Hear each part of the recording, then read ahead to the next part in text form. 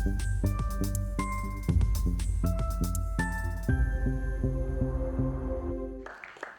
right, thanks everyone for being here to my presentation. Do I have a clicker?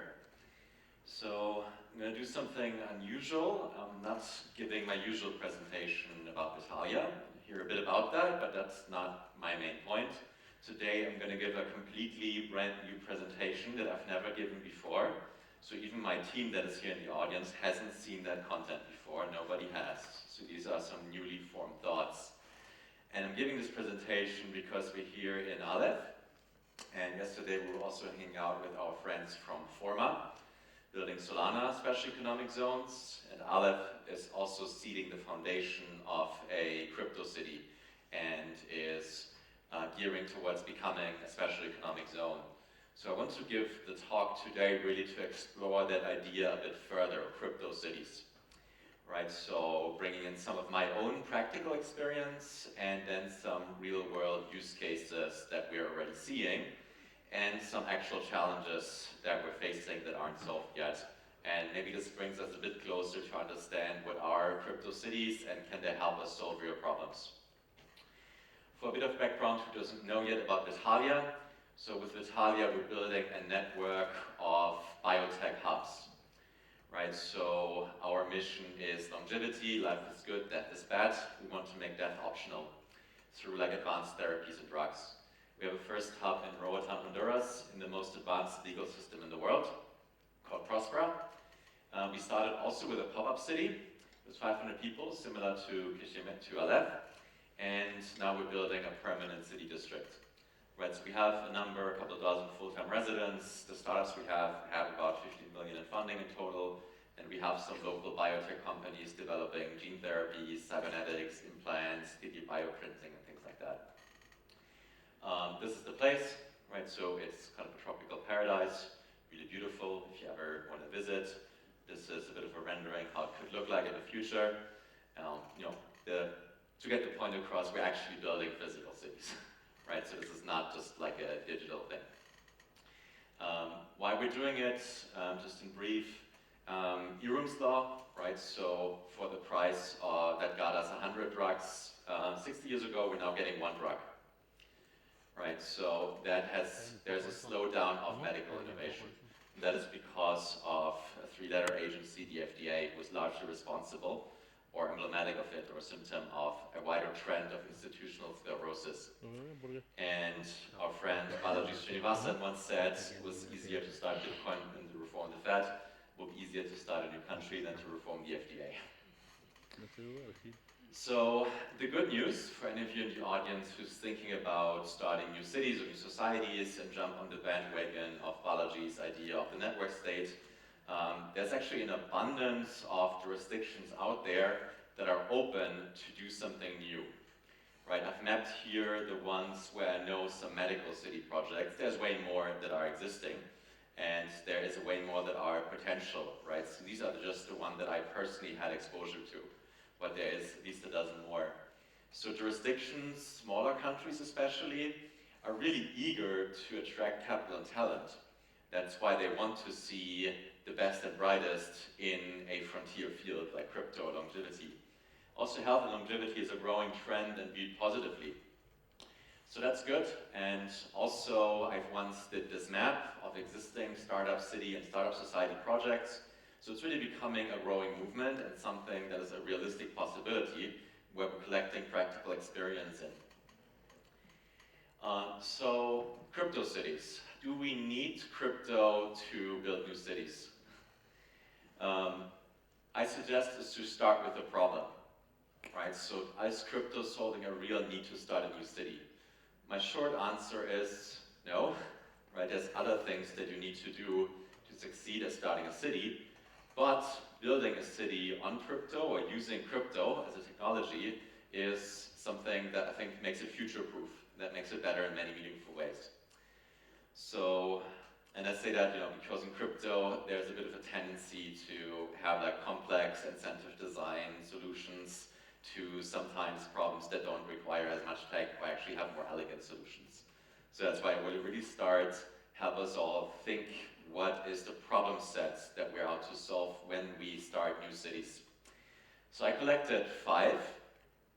These are based on practical experience of being involved with many of these projects, and especially with Prospera. So first of all, the biggest challenge is probably political stability. So what we need to succeed in many of these projects, especially in frontier technology, is legal autonomy. Right? So we need a very high degree of flexibility to adopt our own or new institutions. And you can get that in the countries that need it most, which are typically poorer countries. But these poorer countries are often politically unstable or corrupt. It's kind of a catch-22. You get most political stability in countries like Switzerland. But Switzerland doesn't have a big need for these kinds of things. They're already very successful. And what it does is, if you're an organization that has this kind of legitimacy and autonomy, it often bogs you down in diplomacy, right? So your diplomacy will be your number one focus, because there is interest groups or like shady politicians or whatever that want to kind of establish themselves. So that's one big challenge. Can you solve that with crypto? I don't think so, unfortunately. The second challenge is reputation building, right? So like anything new, any startup that you do, nobody knows you, right? And nobody cares as a result. But what you need to be kind of a recognized society is reputation, especially when you're building something that requires high technology. The challenge is that people with a reputation don't have a strong incentive to support you, because they build their reputation within the existing structure, within the status quo. So they've invested time and capital and have recognition in the kind of world that exists already, while you're trying to build a new world.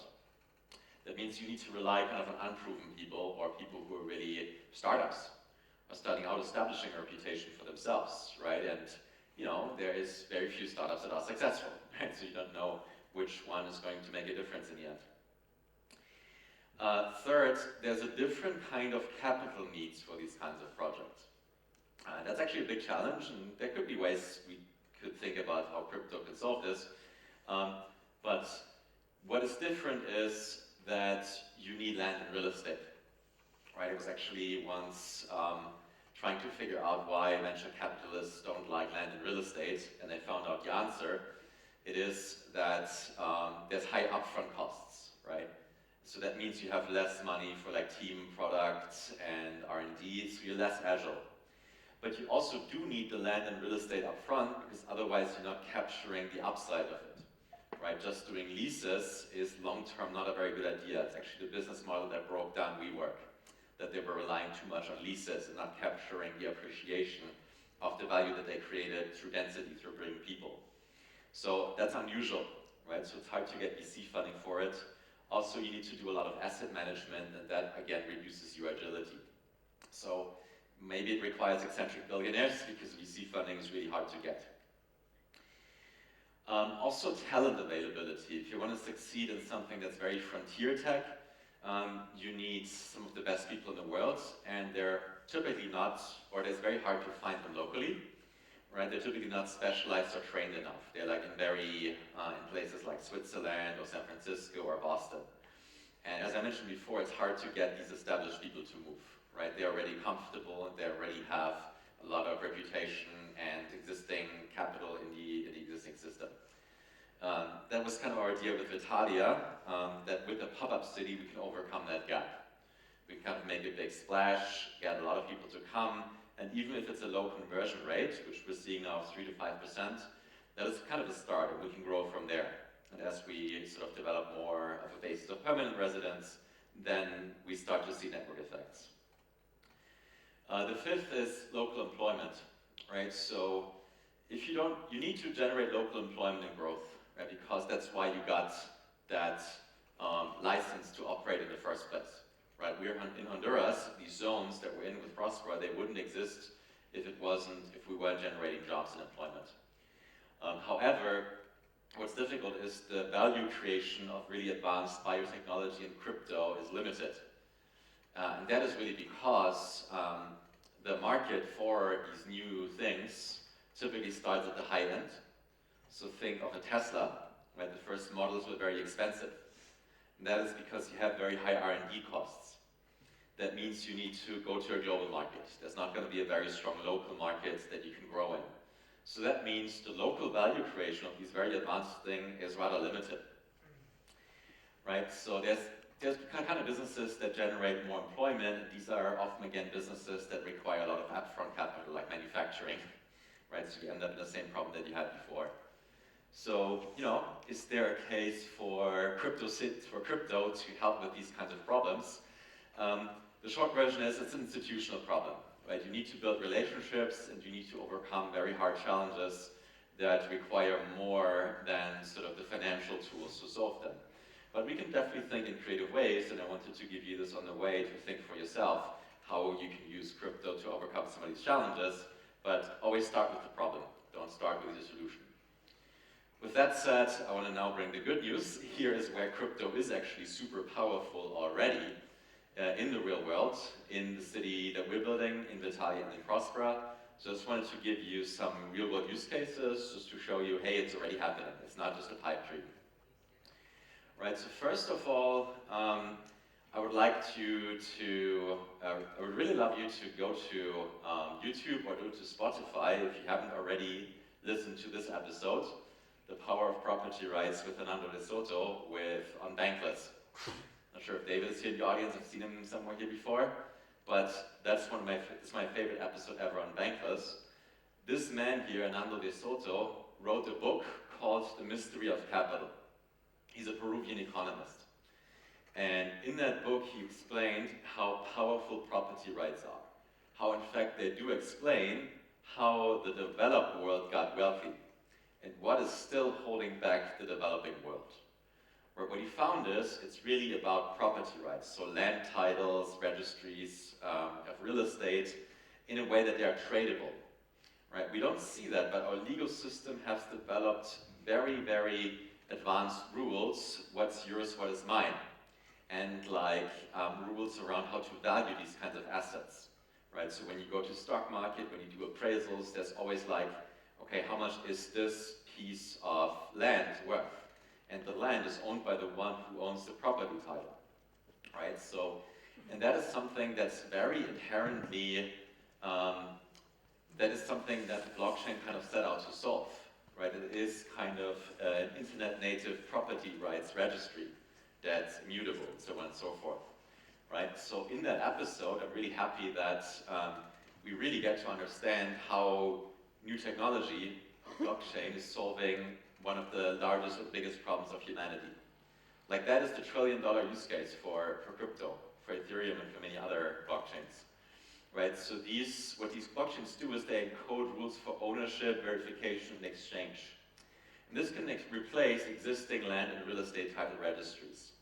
So this is important to have in the back of your mind, right? That I think crypto is actually fundamentally suited to overcome the biggest challenge that we're facing when it comes to really building up a functioning property title systems in developing countries. We're not doing it yet on the blockchain in Prospera, but that's, I think, is the final frontier. One thing that is already happening in Prospera is the city as a marketplace for property, right? And that is really, really fascinating, right? So I won't, in the short period of time, be able to go in depth into it. But think of how the rules are right now that govern what can be done and what can't be done, who owns what in cities. These are very arcane rules. They're paper-based, right? You need to go to kind of some city office and you need to lobby with the council. Hey, can I build something here? No, you can't, because there are these rules against noise pollution, or here these protected sites and all of that. In these kinds of places, and what Prospera is already doing is creating an open market for property rights. Right? That is something that is really new, right? So 3D property rights exist in some places like New York, but they're not widely used all over the world. Right? So 3D property rights meaning you go up into the air. You cannot buy only land that's physical, but also parcels called voxels of areas that go into the air. Right, so this is called severed rights. So this slide is a bit overwhelming, but I just want to hint at something that is really, really fascinating, and we can barely scratch the surface of this. So the idea of severed rights is really, really fascinating. So there's more than just sort of, there's different ways how you can centralize ownership of something, right? So, and in Prospera, they distinguish in between 5 kinds of rights, right? So maybe you just want to look at one of them, right to exclude. That speaks to what I mentioned before, like noise pollution, for example. So this right is denoted air rights, and when embedded in a geocoordinate defined cubic meter, blah, blah, blah, can be valuable in densely populated areas where certain resources such as airspace is limited. This is what you need to build a market for drone delivery, right? And a market for, your neighbor, there's others, okay, your neighbor can't do like noise pollution, loud parties or whatever. So it sounds very complex, but it's really, really fascinating. Like we had architects there, to them that's like the frontier of their profession. That you can really think of how to build the physical space and order and structure it in different ways. Another one, financial education, so that's something more simple. That's already happening in Prospera, right? So there's one project called MITH Academy, a Bitcoin education center, and financial education for sovereign individuals and residents. How do you protect your money against the state? How can you, have self-custody and all of that? It's brilliant. These guys, they have like children's books in Spanish that they show to the kids at local schools. And they're setting up businesses with Bitcoin wallets. That is really great and fascinating, really. Also crypto payments, of course, that's like the easiest thing, but it's widely practiced there, right? So I've seen in Crecimiento, this is all happening also with Morphe and tokens, excellent. So there we use crypto payments for car rentals, apartment rentals, taxes, I'll go to that in a second, and paying a restaurant. Most commonly used is Bitcoin, Ethereum, and Solana USDC. Also what's really cool, so I bought an apartment, right? And I could pay for my apartment in crypto, of course, right? And then I went on Aave to collateralize my crypto, so my Bitcoin and my Ethereum, and I was borrowing USDC against it, right? So I have that in my holding company, and then I was doing a mortgage contract for myself, so I paid back. So basically I did like a permissionless self-mortgage to buy my apartment. I was really fascinated by that, right? Taxes, right? So you can right now, there is a jurisdiction in the world where you can pay your taxes in crypto. I think it's possible in El Salvador in Bitcoin. Has anyone done that before? Yeah, anyway, there you can do it, right? So at eprosper.hn, you can set up an entity and you can pay for all your services in Bitcoin, Ethereum-based, and Solana-based currencies. There's also a really cool thing, really cool innovation called Prospera Tax Credits, or PTCs. They're a Solana-based token. And basically what you do is you get a discount on your taxes if you pay them now rather than later. Right, so if you pay 10,000 now into the entity, you get 13,000 tax credits. So you get a 30% discount, right? Because to them it's more valuable to hold the cash now than later. And if you plan therefore to be a long amount of time, that is a very good deal for you. Very simple. I really like it. Like this is the kind of stuff, okay, that's not like complex financial or incentive design engineering. It's very simple, right? So if you have long-term plans to be there, you just get these tokens and you pay them. Also something that I really just today realized is something that we're doing, is just because we're doing it, it seemed to us like something that just makes sense. But integrated arbitration, right? So are there any lawyers in the audience? No lawyers, okay. So arbitration basically is, private courts, where they adjudicate disputes between private parties. When you become a Prospera resident, you basically sign a social contract with Prospera. And as part of that contract, you agree to binding arbitration. And what's interesting about it is that it's not one Prospera court, right? It's not one legal monopoly. Everyone can have their own arbitration service provider, right? So you have a private market for law, for legal contracts. So you have freedom of contracts in the jurisdiction, and anyone who does these contracts typically has an arbitration provider. And this is because this way you can have non-monopolistic law enforcement and reduce censorship risk. Right? It's not that governments can, well, impose their law on you and you don't have a recourse against them. It's true peer-to-peer law in a way, mediated by these arbitrators. Now, what we've just done in practice is because we thought it kind of makes sense to us. We use multi-sig wallets, like a Gnosis safe. We have a contracting party, like we're one and there's another one, and we need it in this case, we used it for housing insurance, right? So we set up our own housing insurance pool with the provider of housing, right? So we had a counterparty, and then we had our law firm basically be the third party in the multi-sig, right? Because this way there could be sort of an enforcement of the kind of contract we made. I think that's actually really brilliant. It's like a very simple mechanism that you can use in other contexts as well, where you kind of have trusted intermediaries that are non-monopolistic to settle disputes. There's a couple of more solutions that we need, right? So a couple of solutions that I can think of, but I'm pretty sure in an audience like this, people can think of a ton more solutions. Right, so I think that sort of trusted third-party intermediaries, social smart contracts is something that can be a lot more explored. Like what kind of legal mechanisms can you put on smart contracts? You could have, like if you want to set up a charity, right, have like a treasury of something that's there for the common good or like for a charitable cause, you can have this auditable. So I think this would help sort of against a lot of corruption. Identity verification, of course, it's already happening here at Aleph, also in Suzalu.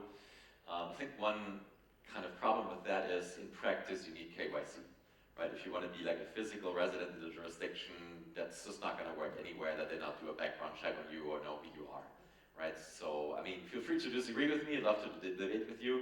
In cyberspace, yes, you can be anon.